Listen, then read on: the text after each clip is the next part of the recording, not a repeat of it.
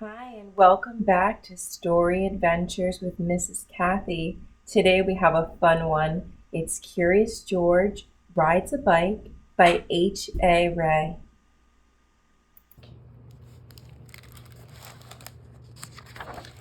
I know you'll enjoy this one.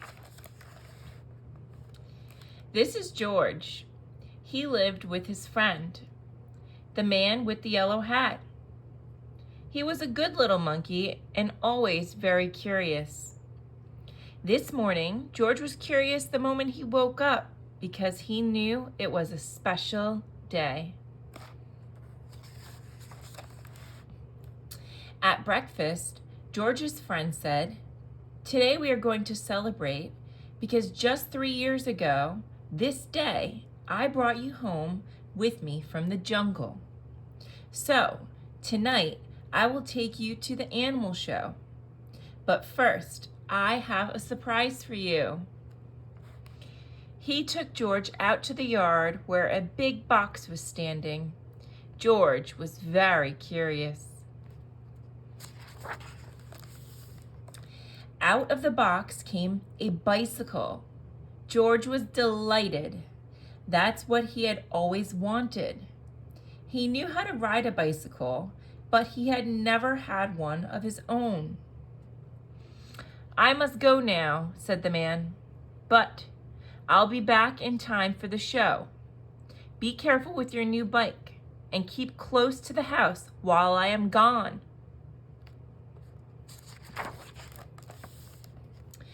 George could ride very well. He could even do all sorts of tricks. Monkeys are good at that. For instance, he could ride this way, with both hands off the handlebar. And he could ride this way, like a cowboy on a wild bronco. And he could also ride backwards. But after a while, George got tired of doing tricks and went out into the street. The newsboy was just passing by with his bag full of papers. "It's a fine bike you have there," he said to George. "How would you like to help me deliver the papers?" He handed George the bag and told him to do one side of the street first and then turn back and do the other side. George was very proud as he rode off with his bag.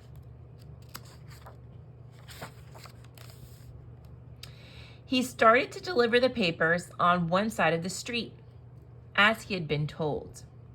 When he came to the last house, he saw a little river in the distance. George was curious. He wanted to know what the river was like. So instead of turning back to deliver the rest of the papers, he just went on.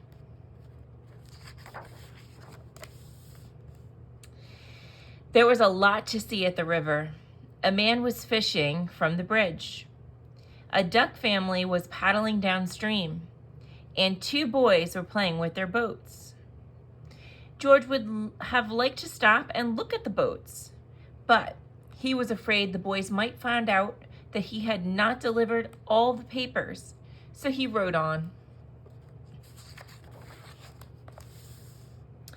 While riding along, George kept thinking of boats all the time. It would be such fun to have a boat, but how could he get one? He thought, and then he had an idea.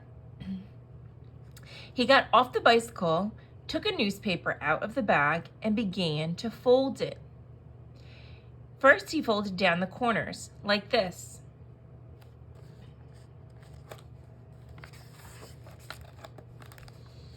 Then he folded both edges up.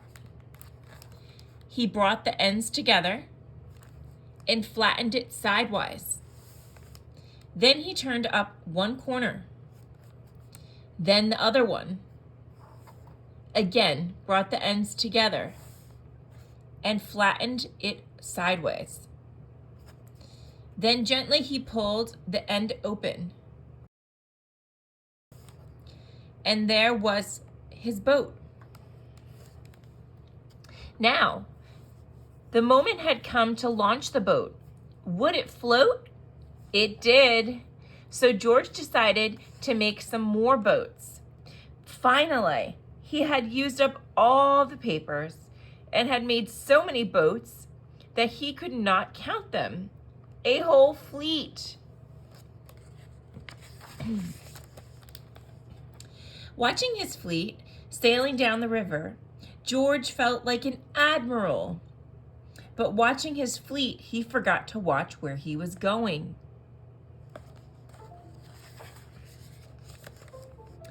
Suddenly, there was a terrible jolt. The bicycle had hit a rock, and George flew off the seat head first. Luckily, George was not hurt, but the front wheel of the bicycle was all out of shape, and the tire was blown out. George tried to ride his bicycle, but of course it wouldn't go. So he started carrying it, but it soon got too heavy. George did not know what to do. His new bike was spoiled. The newspapers were gone. He wished he had listened to his friend and kept close to the house. Now he just stood there and cried. Suddenly, his face brightened. Why?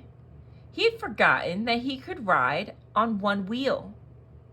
He tried it and it worked. He had hardly started out again when he saw something he had never seen before. Rolling toward him came an enormous tractor with huge trailers behind it. Looking out of the trailers were all sorts of animals. To George, it looked like a zoo on wheels. The tractor stopped, and 2 men jumped out. Well, well, said one of the men. A little monkey who can ride a bike, bronco fashion. We can use you in our animal show tonight. I am the director of the show, and this is Bob. He can straighten your wheel and fix that flat in no time. And then we'll take you along to the place where the show is going to be. So the 3 of them got into the cab and drove off. Maybe you could play a fanfare while you ride your bike in the show, the director said.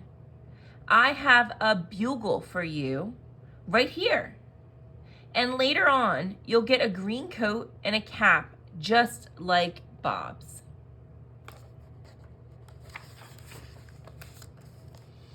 On the showgrounds, everybody was busy getting ready for the show. I must do some work now, said the director. Meanwhile, you may have a look around and get acquainted with all the animals. But you must not feed them, especially the ostrich, because he will eat anything and might get very sick afterwards. George was curious.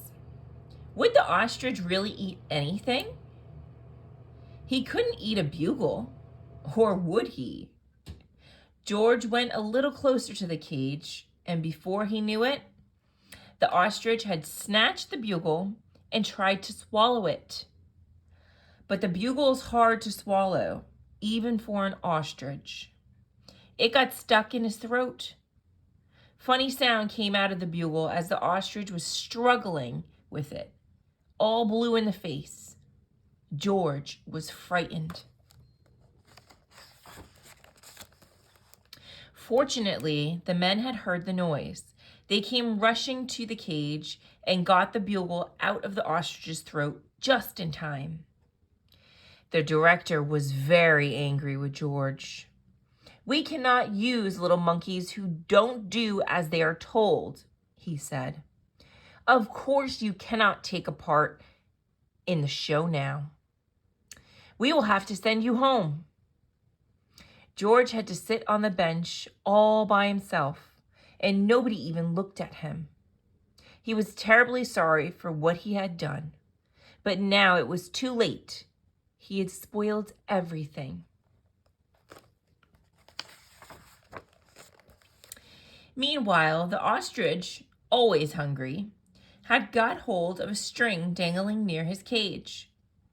This happened to be the string which held the door to the cage of the baby bear. The ostrich nibbled at it, the door opened, and the baby bear got out. He ran away as fast as he could and made straight for a high tree near the camp. Nobody had seen it but George, and George was not supposed to leave his bench. But this was an emergency, so he jumped up, grabbed the bugle, and blew as loudly as he could. Then he rushed to his bicycle. The men had heard the alarm and thought at first that George had been naughty again.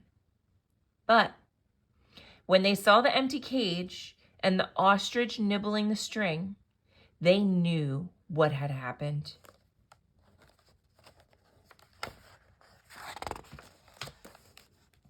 George raced toward the tree, far ahead of the men. By now, the bear climbed quite high, and this was dangerous because little bears can climb up a tree easily, but coming down is much harder. They may fall and get hurt. The men were worried. They did not know how to get him down safely, but George had his plan. With the bag over his shoulder, he went up the tree as fast as only a monkey can. And when he reached the baby bear, he put him in his bag and carefully let him down so that the men could safely catch him. Everybody cheered when George had came down from the tree. "You are a brave little monkey," said the director. "You saved the baby bear's life. Now you'll get your coat back, and of course you may ride your bike and play the bugle in the show." Finally, the show was on. The whole town had come to see it, and how surprised they were to discover George on his bike, right in the middle of it.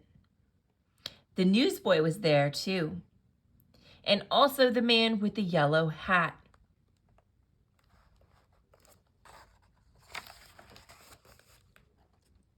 Who had been looking for George everywhere and was very happy to have found him at last. The newsboy was glad to have his bag again, and the people from the other side of the street, whose papers George had made into boats, were not angry with him anymore.